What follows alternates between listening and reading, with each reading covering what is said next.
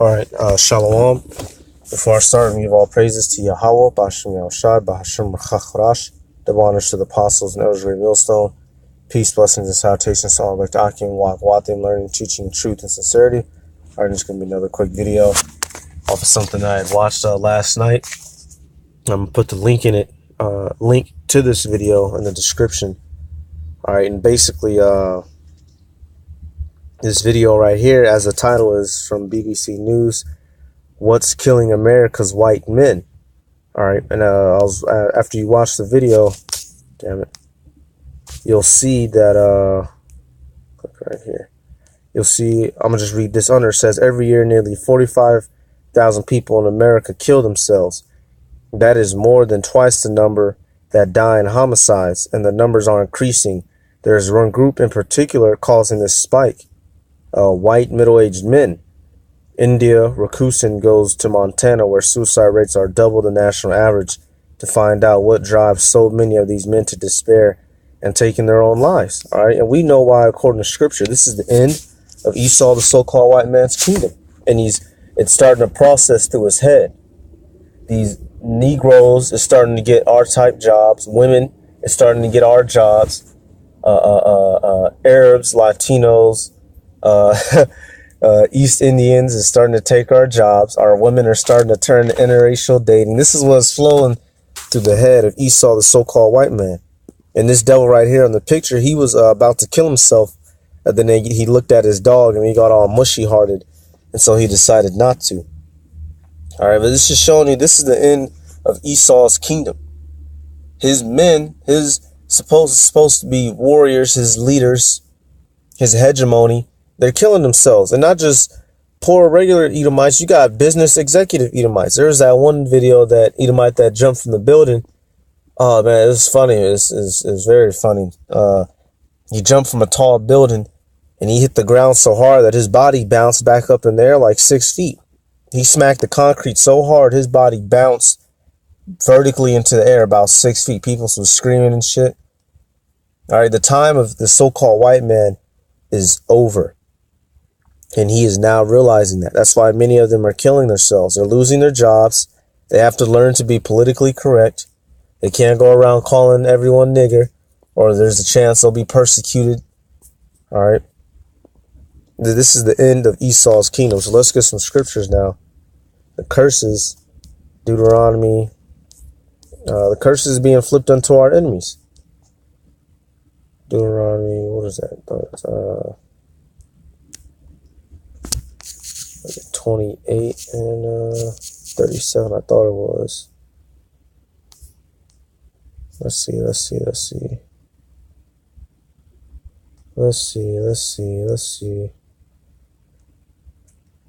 Deuteronomy, 30 and 7. Okay, I was thinking 30, 27. All right, this is Deuteronomy chapter 30, verse 7. And the Lord thy power will put all these curses upon thine enemies and on them that hate thee, which persecuted thee. All right, and if you read through Deuteronomy 28, you can see full well everything that happened to us. There's going to be many horrible things that's going to happen to you heathens, but mainly you Esau. You can't handle what we could handle. We're not out here killing ourselves in huge numbers. You got niggas that's on child support from 6 different women. Let's say he get $1,000 check, 500 of it is being taken straight to child support. 600. Each woman is getting $100 and he being left with 4. Jake is still keep trucking. Jake's still trying to be in the club every weekend. You might have an NB, a woman. She just get dogged and abused by every man she get with. Niggas get her pregnant and just disappear. But they still struggle on. They just get them some, which I'm not justifying any of the wickedness of our people. They turn to their punk ass drugs and alcohol and they keep trucking. But you Edomites, you don't have the strength. Did not Genesis say, let's get it? Did not Genesis state that one people was stronger than the other? And it's clear, not through just our physicality, but through our mental state, through our prowess. The so-called Israelite man, woman, and child is stronger than the Edomite. Oh, sorry, I said so-called Islam. The Israelite man, woman, and child, the so-called Negro, Latino, Native American man, woman, and child is stronger mentally and physically than all the heathens, especially Esau, our main enemy. The northern kingdom in which you can see Gad and Reuben, they straight up suffered. Almost pure annihilation, and they're still out there trucking. Many of them do commit big suicide, and they're always drinking. The Northern Kingdom, so-called Native Americans, but for the most part, they keep trucking on. All right, so this is Genesis 25 and went too far. Genesis 25 and 22. And the children struggled together within her, and she said, "If it be so, why am I thus?" And she went to inquire of the Lord. So she was inquiring to see why are her unborn children fighting in the womb. All right, because being pregnant was supposed to be a blessing, but it was being a burden unto her. Verse 23, and the Lord said unto her, 2 nations are in thy womb, and 2 manner of people shall be separated from thy bowels. And the one people shall be stronger than the other people, and the elder shall serve the younger. The one people being stronger than the other, Israel being stronger than Esau, and the elder shall serve the younger. Esau came out first, Jacob clutching his heel. All right. And Esau is going to end up serving us here in the near future for a very long time, up until his extermination. That's the prophecy. All right, we're going to get the upper hand on Esau. We're going to grab him by his heel and sling him underneath us and put him where he belongs. Because when you leave them to themselves, they can't do anything. They start killing themselves. And I wish they had the comments available. They disable the comments for touchy videos like this. All right, you see there was an Edomite in here. His name was Rick. He had, turn off the audio. He had killed himself. Right there, I'll stop it. And, you know, I can, brothers probably beat y'all to these claims. Anyway, he had killed himself and he left behind a wife and several daughters. His name was Rick. He was ex-military. Showing he's supposed to be a tough guy. He was a centurion for Esau. He's supposed to be a tough guy. All right, they said he was strict, he was stern, but he is a good dad. But that nigga he just all of a sudden he's like, I'm done. And he domed himself. He dropped his kids off at school. He texted his wife, said, I love you. Then he killed himself because they're weak, because they can't struggle. They can't contend. They don't have faith. Esau is a notorious crybaby. All right. I'm trying to see if I can find it.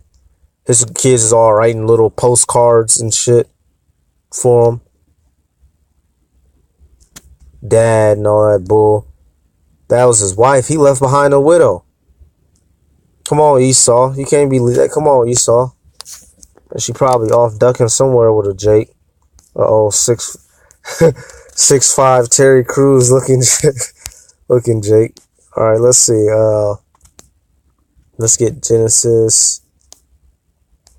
Let's see.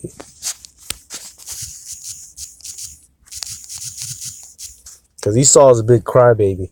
And when he can't have his way, he starts to cry his heart out. Let's see. Genesis. Okay. Probably 27. Okay, Genesis chapter 27. Let's see. We'll start at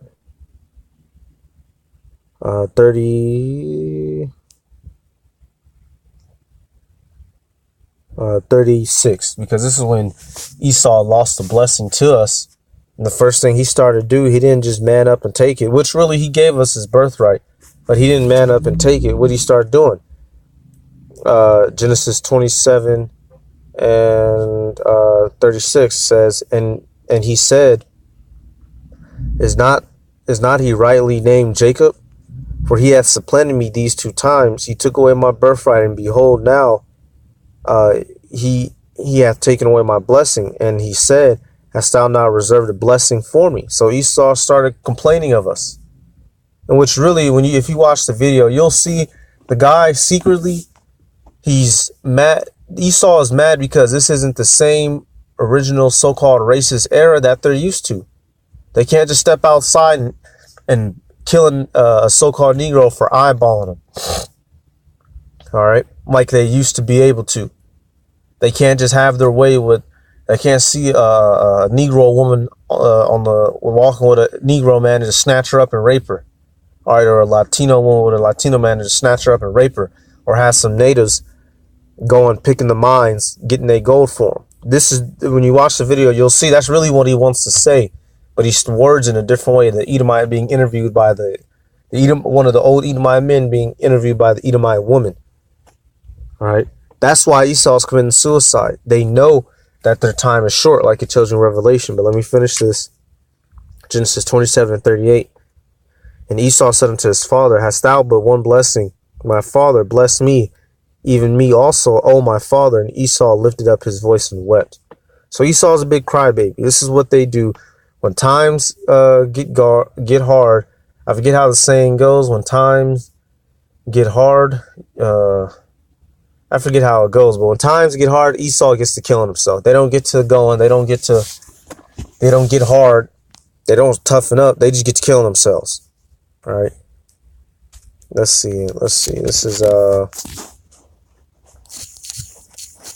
we're going to go to Revelation now, because this is ultimately why Esau is going to smack down on us. All right. His kingdom is short and is coming to a close, and he knows this. Revelation 12:12. Therefore rejoice, ye heavens, and ye that dwell in them. Woe to the inhabitants of the earth and of the sea, for the devil is come down unto you, having great wrath, because he knoweth that he hath but a short time. Esau knows that he has a short time. That's why the elites, the rulers of this captivity of this wicked kingdom, they're starting to make all these moves. For anyone that's been paying attention, the damn economy's been doing horrible. It's not looking good for the American economy at all right now. It's appearing to be in shambles. They're effing that up. World War III is closer than what it's ever been, and it's about to pop. All right. And it says that he knoweth that he hath a short time. These Edomites is starting to really get settled in their head that they're being challenged, that their power seat is slipping away from them, and the world is not. So like, the world is not as it used to be. All right, and I'm going to end it with this, because all those devils that tormented us, the nation of Israel, they're going to be underneath our feet very soon. Isaiah 16:14. The sons also of them that afflicted thee shall come bending unto thee, and all they that despise thee shall bow themselves down at the soles of thy feet, and they shall call thee the city of the Lord, the Zion of the Holy One of Israel. All right, let me see, because I got one more. It just came to mind. Let's see. Khan, yep. All right, hey. Esau, you're going to come bending unto us. All right. I just got another one. Khan.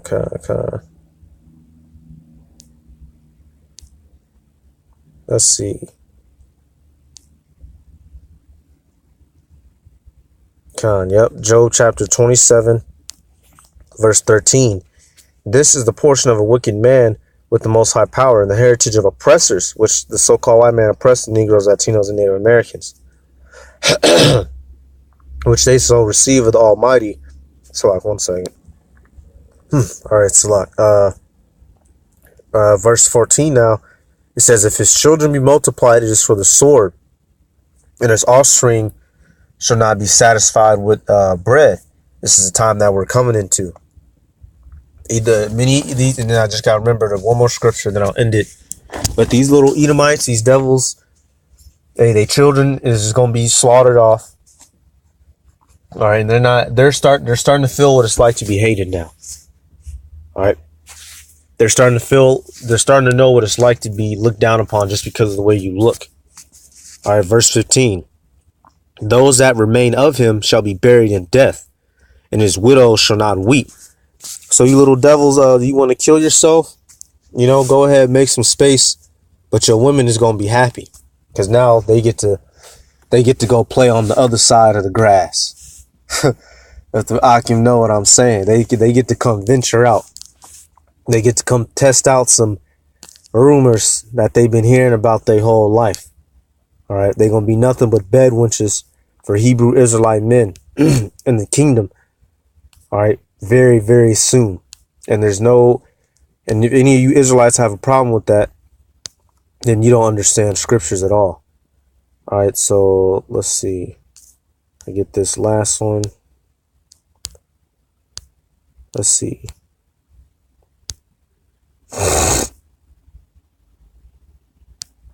I'll start right here. I'll end it. Sirach 41:5. The children of sinners are abominable. Even Esau, you're a Hebrew. You know what you're supposed to be doing. You're not a Hebrew Israelite, but you're a Hebrew. Y'all are sinners. All right. Y'all are wicked. And all you descendants of Esau are wicked.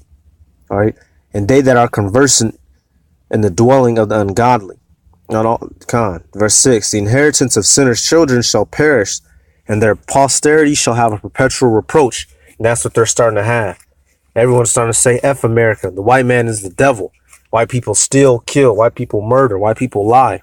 All white people do is pillage.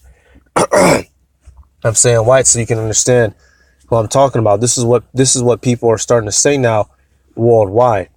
Esau is starting to receive reproach and hatred. Verse 7.